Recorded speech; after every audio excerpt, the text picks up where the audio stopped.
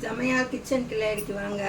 இன்றைக்கி ஒரு எளிய முறையில் உங்களுக்கு ஈஸியாக இப்போ வீட்டில் திடீர்னு வந்து எதுவுமே இல்லை உங்களுக்கு சைடிஷ் தொட்டுக்கிறதுக்கு அப்படின்னா டக்குன்னு போங்க, ஃப்ரிட்ஜில் ஒரு தக்காளி எடுங்க, வாஷ் பண்ணுங்கள், அதை கட் பண்ணி மிக்சியில் போடுங்க, 2 வரமிளகாய் போடுங்க, ஒரு 4 பூண்டு பல் போடுங்க, கொஞ்சம் வந்துட்டு இதை 3த்தையும் வந்து நல்லா அரைச்சிடுங்க. அரைச்சிட்டு வானலில் வந்து நல்லெண்ணெய் 2 ஸ்பூன்